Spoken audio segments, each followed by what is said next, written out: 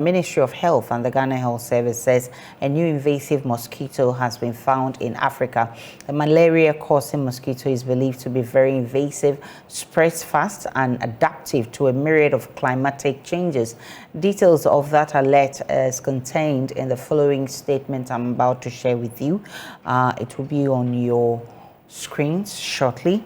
The Ministry of Health and the Ghana Health Service are warning that we should take measures to ensure that we avoid this invasive mosquito we're talking about.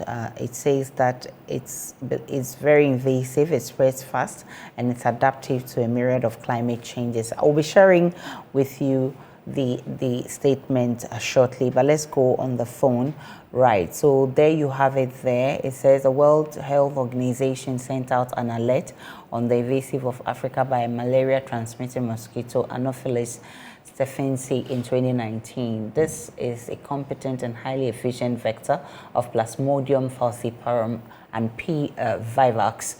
And if you look at, it says in the current plans of the country to eliminate malaria, it is imperative that we put in effort to curtail the impact of stephensi so as not to derail the gains made. Now, it's kindly noting that there should be source reduction, removal of water collection points in and around homes and communities to minimize the breeding size for these invasive mosquitoes. Let's get on the phone and speak with Dr. Nanaya Opepra. He is with the National Malaria Elimination Program. He's the manager, actually. Dr. Opepra, I'm grateful for your time. What more do we know about this invasive malaria mosquito which has invaded us? Yeah, good morning. I hope you can hear me. Hello, hello, Doc. Can you speak a bit loudly for me? Yes, it's good morning. Can you hear me? Your line is faint. Let's try once more. Good morning. Good morning. Good morning. We can hear you now. Okay, so good morning to your viewers. I think that it is true. We have identified Anopheles stephensi in Ghana. I think over the years, we have placed surveillance on the behavior of the mosquito that transmits malaria. And we know that we have been dealing with Anopheles gambiae, Anopheles pernicious, Anopheles melas, and arabiensis. And the behavior of these mosquitoes, I have just mentioned, basically is that they breed in relatively clean waters, and they usually don't survive in very harsh conditions.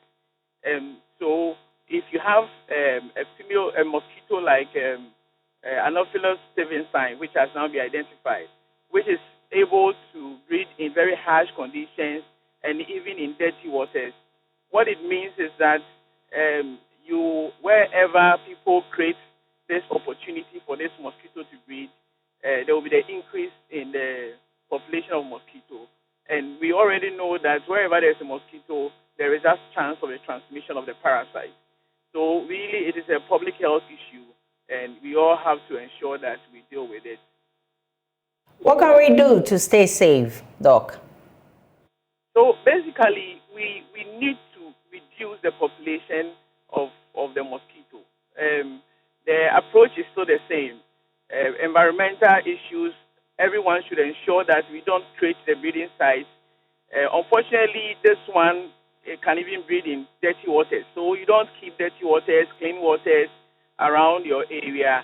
If they are there, they lay their eggs, and then it develops into the larvae, and then to the pupa stage, and then the adult stage.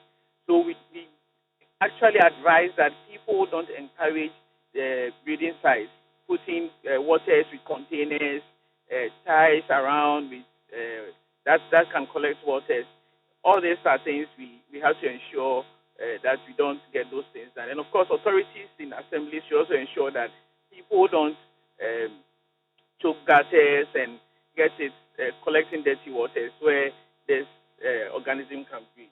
The other thing we do is to apply what we call larvicidin, where we apply some chemicals that can kill the baby mosquito, which is called the larvae. And so we are doing that, and that is also going to address this issue. Aside this, and when you have the mosquito around and you prevent the mosquito from biting you by sleeping under the net, by using a repellent, you will also prevent the mosquito from transmitting malaria, or sorry, transmitting the parasite, which will give you malaria eventually. So basically, the approach to prevention is the same. It has not changed, except that this alarm is important because the risk of increasing the mosquito population increases if you have a mosquito like Steven sign. And that is why we are encouraging everyone to ensure that the environment is clean so that we don't have the mosquito population increase and eventually having malaria increasing in Ghana. Let's talk about the new vaccination, the malaria vaccination exercise, and how that can help deal with this mosquito. So the vaccine is not for the mosquito. What causes malaria is the parasite. The parasite is transmitted by the mosquito when it bites any man that has the parasite. So if you are giving a vaccine to the child, what you are doing, one, is to prevent the child from having the malaria or the severe form of the disease. So the vaccine is not linked to the mosquito. All right, Dr. Nanaya. So, what's the your outfit? I heard that you enumerated a number of activities but in this new parasite, you talk about the vaccination, that it cannot deal with this one. What's your role in getting this the public to understand what is at stake and to stay safe? Yeah. So let me just clarify what I meant by the vaccine is not dealing with the mosquito. The vaccine has a role in the elimination agenda because it reduces the risk of people having the disease and also its severe form. So it definitely has a role. With respect to the mosquito, which is the main vector that transmits the parasite, what we do, one, is prevention. Prevention in the sense that you need to reduce the bacterial capacity. And that can be done if we all ensure that we keep our environment clean. Two, we use the interventions that have been made available to us. If you have the insecticide-treated mosquito nets, you use them. Three, if you have repellents and you have to use them, you use them. If you are in areas where you can wear long sleeves, something that will cover your legs, especially at night, or any exposed part of your body, so that you don't get bitten by the mosquito. You have to do that. The other thing is that we have introduced things like vaccine, and the vaccine are for children. If you allow your child to be given this vaccine, the risk of this child, which is actually in the vulnerable group, of the risk of getting malaria really reduces. And those are some of the things we are talking about. There are some places in Ghana where we also do what we call the indoor residual spraying.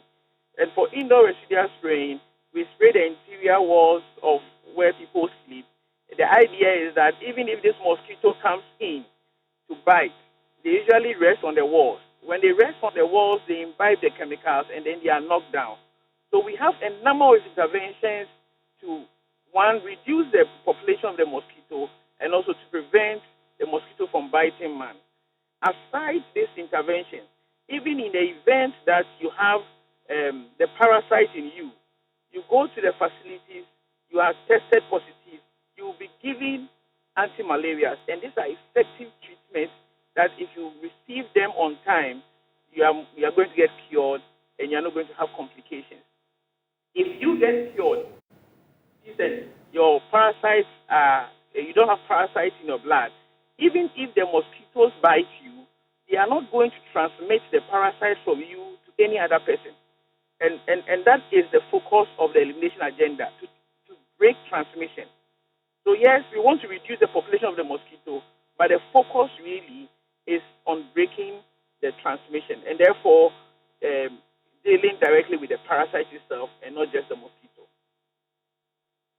This new mosquito, affect our efforts in actually eliminating malaria? I know we've made some gains in there.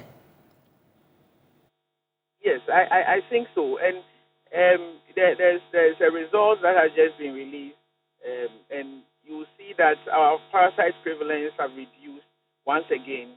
We are now at 8.6. In 2011, the whole country were around almost 28%. So we have really made progress. But if you have a vector like this, that has a high chance of increasing the mosquito population. What it means is that it has the ability to more or less worsen the malaria situation and retrogress the progress we have made. So indeed, we are cautious of that, and that is why we have all these measures in place, engaging people to understand the need to push towards elimination. And for all of us coming on board, it means that we really have to use the various interventions available, and then ensure that we keep our environment clean, so that we can achieve the elimination agenda we have set for ourselves. I'm grateful for your time. He's Programs Manager of the National Malaria Elimination Program.